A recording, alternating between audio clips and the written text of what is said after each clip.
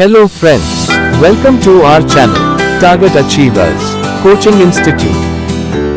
Big news, our brand new course for Uttarakhand Patwari, Video and Lekpal exam is launching in just few days. Here is everything you all need to know.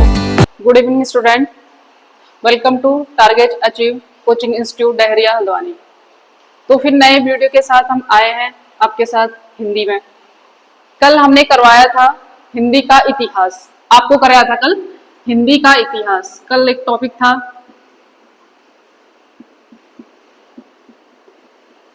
Hindi का इतिहास, कल हमने करवाया था। वो चीजें आपको जो हमने यहाँ पे बताई वो चीजें आपको समझ आ गई होंगी। आज का टॉपिक है, आज हम पढ़ाएंगे आपको वर्णमाला। हिंदी में जो छोटी छोटी चीजें हैं, हमें लगता है कि हम कर लेंगे ये चीजें कि स्टॉप। आज हम पढ़ेंगे हिंदी में वर्णमाला। वर्णमाला देखो, हमें लगता है कि हम छोटी छोटी चीजें जो हिंदी में आजकल आयोग पूछ रहा है, छोटी छोटी चीजें बहुत डीपली पूछा जाता है, तो हमें लगता है कि हम हिंदी कर लेंगे, लेकिन हिंदी इतनी इजी है नहीं। छोटी छोटी चीजें जैसे वर्णमाला से 2-3 क्वेश्चन, 3 क्वेश्चन तो बन ही जाते हैं। तो इसको लेकर आज हम आपके साथ वर्णमाला का एक टॉपिक है, हम उसको करना चाहेंगे। हिंदी में वर्णमालाओं की संख्या कितनी है?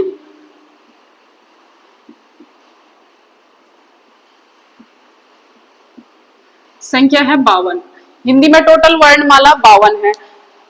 उच्चारण के आधार पर वर्णमालाओं की कुल संख्या 45 मानी गई है। जो उच्चारण से हम बोलते हैं उनकी संख्या टोटल 45 मानी गई है। इसमें से उच्चारण के आधार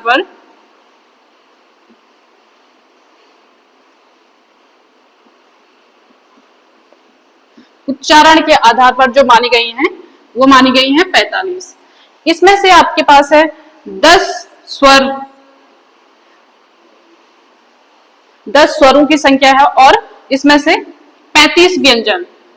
ये टोटल मिला के हो गए वर्णमाला 45 और 4 संयुक्त स्वर, 35 व्यंजन। इसमें से है लेखन के आधार पर 12 वर्ण हो गए और इसमें 13 स्वर हैं और 35 व्यंजन और 4 संयुक्त स्वर हैं। भाषा की जो इसमें मेन क्वेश्चन आता है, भाषा की सबसे छोटी इकाई। यूकेएसएससी में आपने पीसीएस में देखा होगा, ये क्वेश्चन बहुत बार बन चुका है। जैसे हम बोलेंगे भाषा की सबसे छोटी इकाई, भाषा की सबसे छोटी इकाई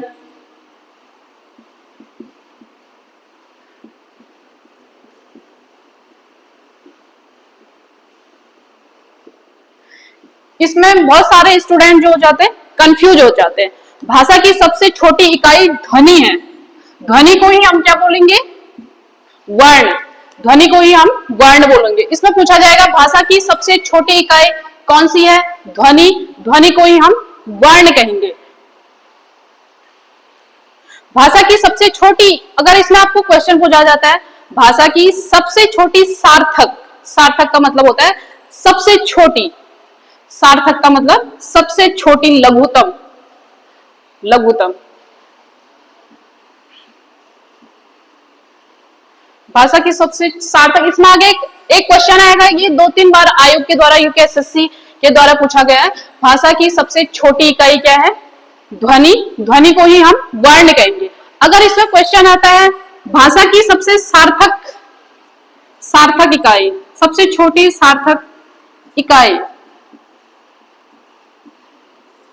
तो आप उसको क्या कहेंगे? शब्द। भाषा की जो सबसे सार्थक छोटी इकाई है वो कौन सी होगी? शब्द।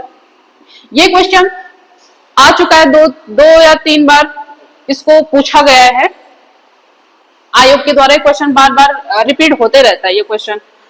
तो हम बोलेंगे स्वर। अब इसमें आएंगे वर्णमाला में, हम आएंगे वर्णमाला पे। आ गया स्वर और व्यंजन का, इसमें मेल चीजें इसमें है। स्वर और व्यंजन के बारे में आपको समझना है, स्वर क्या है और व्यंजन क्या है। स्वर उसे कहते हैं जो स्वतंत्र रूप से बोले जाते हैं, स्वतंत्र रूप से बोले जाते हैं। इसमें किसी व्यंजनों की आवश्यकता नहीं है। जैसे हम व्यंजन बोलते हैं क, ख, ग, घ, ये चीजें क्या होगी? व्यंजन हो गए। स्वर हो गए अ, आ, ई, ये चीजें व्यंजन होगी। आपको ये छोटी छोटी चीजें अच्छे से समझनी है, तब जाके आप क्वेश्चन कर पाएंगे। हमें लगता है हिंदी बहुत इजी है, लेकिन इजी नहीं है। 20 नंबर की हिंदी है, उसमें छोटे छोटे आयोग पूछ रहे हैं, डीपली जाके आपको डीपली पढ़ना पड़ेगा, हमारे साथ जुड़ना पड़ेगा, तब जाके आपको डीपली क्वेश्चन आप कर पाएंगे। तो स्वर जो स्वतंत्र रूप से बोले जाते हैं, इसमें किसी भी व्यंजनों की आवश्यकता नहीं होती है। हिंदी में शुद्ध स्वरों की संख्या टोटल कितनी है? 10 है। शुद्ध स्वर जो है, शुद्ध स्वरों की संख्या 10 है। हिंदी में शुद्ध स्वरों संख्या 10 है। उच्चारण के आधार पर स्वरों की संख्या 11 मानी गई है। उच्चारण के आधार पर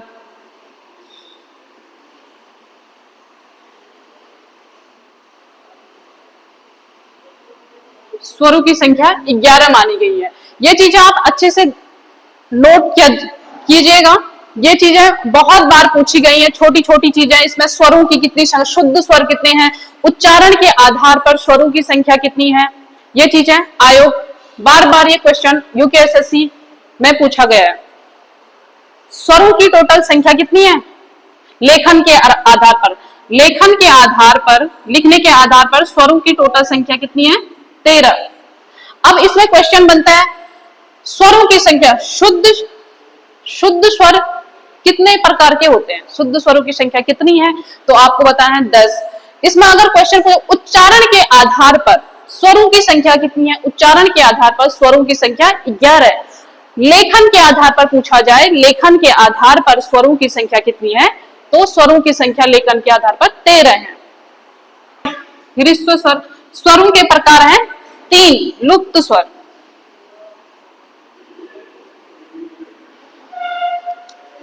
आयोग जो क्वेश्चन पूछता है, यूकेएसएससी पीसीएस में जो भी क्वेश्चन पूछे जाते हैं, इस चीज को लेके 2-3 क्वेश्चन इस वाले टॉपिक से बन जाते हैं। आप लोगों को लगता है कि क्वेश्चन इजी है, हिंदी बहुत इजी है, लेकिन इजी नहीं है। आप अच्छे से डीपली पढ़िए ये चीजें, तो आपको देखने को ये क्वेश्चन मिल जाएंगे अगले आने वाले एग्जाम में।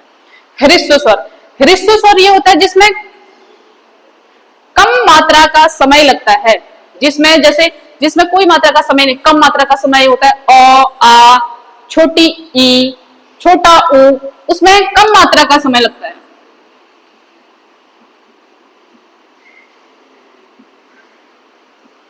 जिसमें क्या होता है? कम मात्रा का समय लगता है। दीर्घ स्वर, दीर्घ स्वर है जिसमें द्विमात्रा का समय लगता है, 2 मात्राओं का समय लगता है, अधिक समय लगता है दीर्घ स्वर।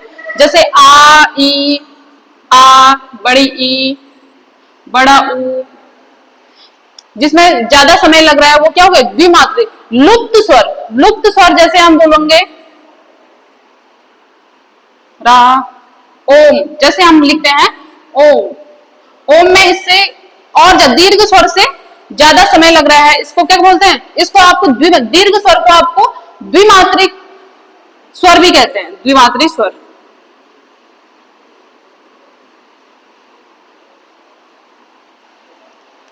लघु स्वर और गुरु स्वर, लघु स्वर होते हैं आपके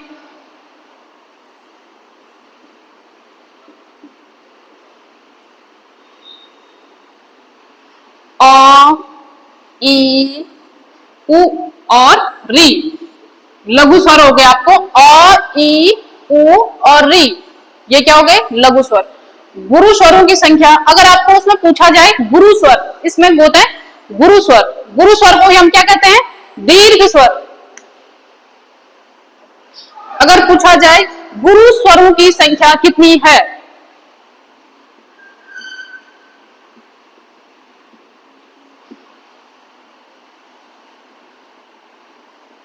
दीर्घ स्वर को ही हम क्या कहेंगे? गुरु स्वर। गुरु स्वरों की संख्या कितनी मानी गई है? 7। अगर आप एग्जाम में आपको पूछा जाए दीर्घ स्वरों की संख्या, या दीर्घ स्वर को हटा के आपको गुरु स्वरों की संख्या पूछी जाए, उसमें गुरु स्वरों की संख्या 7 है। इसमें है आ, बड़ा ई, री, ए, ओ, औ,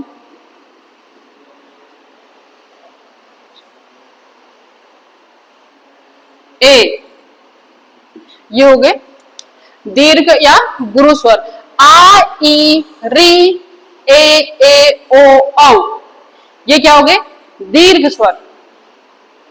दीर्घ स्वर जो है वो दो भागों में डिवाइड है, एक हो गया सजातीय स्वर और दूसरा है विजातीय स्वर। तो हम आपको बताएंगे दीर्घ स्वर जो है उसको दो भागों में बांटा गया है। स्वर के प्रकार जो है दीर्घ स्वर को आप क्या कहेंगे सजातीय स्वर। अगर उसमें आपको दीर्घ स्वर ना होते हुए उसमें बताया जाएगा कि गुरु स्वर, दीर्घ स्वर, तो आपको उसमें बताना है दीर्घ स्वर।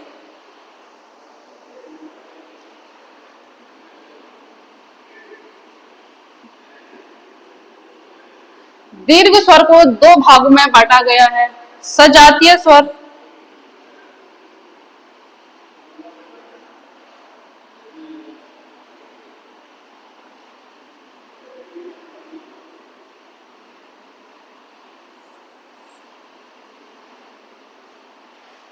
सजातीय स्वर और विजातीय स्वर। सजातीय स्वर कितने होते हैं? तीन होते हैं। अ, आ। दीर्घ स्वर के प्रकार हैं दो, इसमें से आपके आगे सजातीय स्वर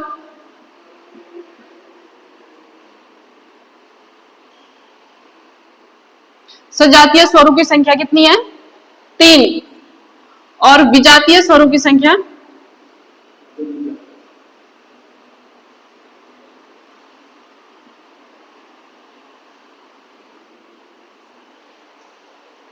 सजातीय स्वर आ, ई और बड़ा ई, बड़ा आ, बड़ा ई और बड़ा ऊ। अगर आपको पूछा जाता है इसमें सजातीय स्वर कौन कौन से हैं, आपको आ, बड़ा ई और बड़ा ऊ। विजातीय स्वर ओ,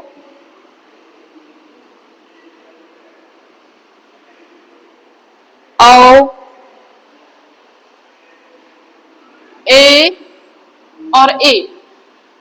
अगर आपको पूछा जाता है विजातीय स्वरों की संख्या कितनी है, विजातीय स्वरों की संख्या है दो और सजातीय स्वरों की संख्या तीन है। अनुस्वार, विसर्ग स्वर और व्यंजन दोनों ही होते हैं। अनुस्वार क्या हो गए? अंक और अह। इनको आप ना स्वर कह सकते हैं ना व्यंजन का, ये दोनों क्या है स्वर भी हो सकते हैं और व्यंजन भी हो जाते हैं। अंक और अह स्वर और व्यंजन दोनों हो सकते हैं। आचार्य किशोरीदास वाजपेयी ने गाना एक, उन्होंने आचार्य किशोरीदास वाजपेयी ने इन दोनों को क्या कहा है? आयोग वाहक स्वर कहा है। आयोग वाहक, इनको ना स्वर कह सकते हैं ना व्यंजन कह सकते हैं। ये व्यंजन में भी आएंगे और स्वर में भी आएंगे, इनको आयोग वाहक कहा गया है। तो स्टूडेंट हमारे साथ जुड़ने के लिए अब 16 अगस्त से हमारे ऑफलाइन और ऑनलाइन बैच चल रहे हैं, तो आप हमारे साथ जुड़ने के लिए हमारे चैनल को सब्सक्राइब करें और ऐसे ही रोज वीडियो देखने के लिए हमारे साथ जुड़े रहें। Thank you so much.